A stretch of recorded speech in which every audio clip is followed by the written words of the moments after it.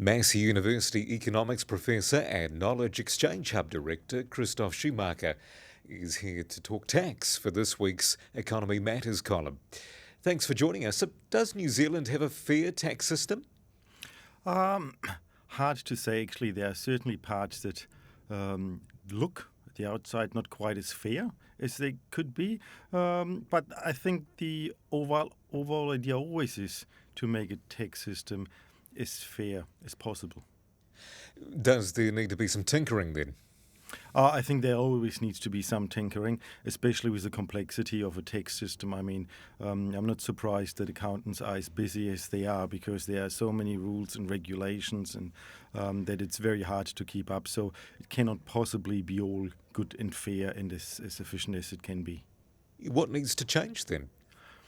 The current issue, and that's what encouraged me to write the piece, was the outrage over Liz Truss cutting or proposing to cut the top tax rate. And that is a very emotional issue because if you have invested in your education, you work long hours, take on a lot of responsibility, you wonder why on earth should you pay more tax and be penalized for this. But at the same time, if you are on a lower income and work very hard and just struggle to make ends meet, you wonder why the very wealthy shouldn't pay more tax. And then both arguments have merit.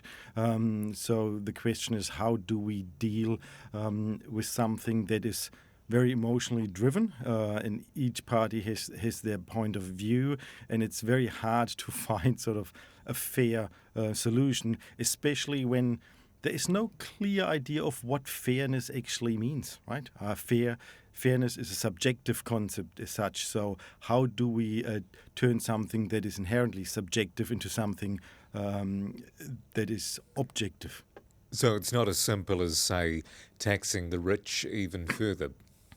Absolutely not. Especially that's why I wanted to bring some economics into sort of an emotionally driven debate by pointing out that efficiency is the guiding concept of all economic activity. I mean, I tell this my students in every first year lecture and repeat it often enough that let's make the pie as big as possible first to make sure we use our scarce resources in the best possible way.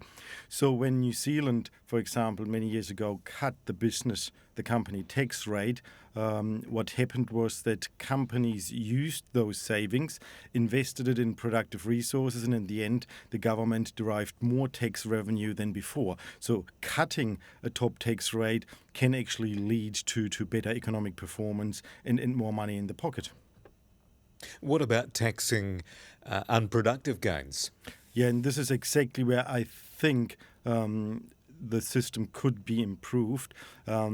On productive taxes, when you actually put in your time and you effectively exchange lifetime for work, I believe that should be taxed at a more equal level because everyone gives up their time in the same times of hours. So, and why should my hour be worth less or more than somebody else's? But the unproductive income, for example, if you own property and you derive rent from it or you've invested in shares, that's not taking up any of your lifetime. That's just money coming in. And I believe this is where we need to impose higher taxes. And it sounds very strange to me that if I go and use my lifetime to work, I get taxed at a higher rate than if I owned an apartment, rented out, do nothing for it, and the income I have gets taxed at a lower rate. That in itself, I think I struggle with. What lessons can we learn from the recent events in Britain then?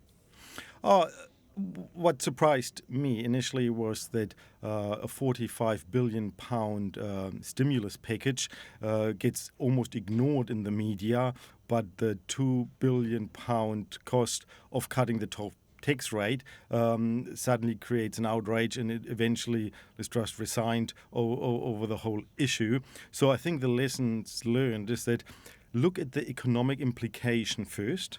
Let's make sure the pie is as big, take some of the emotion out of the tax debate, and then find a system that is actually fair in a sense of reward people for their hard work, but let people pay a bit more for the income they derive where they don't have to put lifetime on the line.